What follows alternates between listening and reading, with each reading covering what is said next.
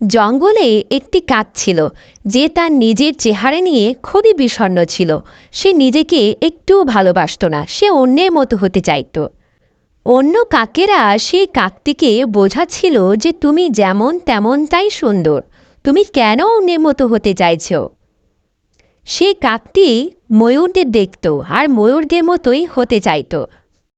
একদিন কাকটি দেখতে পেল মাঠের এক কোণায় ময়ূরের কিছু পেখম পড়ে আছে।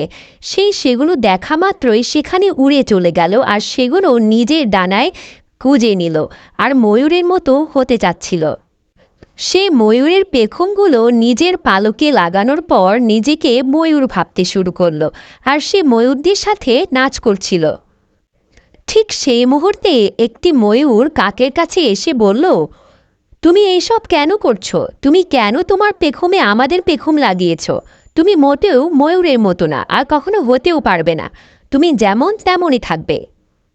এসব কথা শুনে কাকটি খুবই বিষণ্ণ হয়ে পড়ল। সে তার বিষণ্ণতা নিয়ে বাড়ি ফিরে এলো আর অন্য কাকরা তাকে বলল, তুমি কেন এইসব করতে গিয়েছিলে? তুমি যেমন রয়েছ তেমনই সুন্দর, কেন তুমি অন্যের মতো হতে চাও?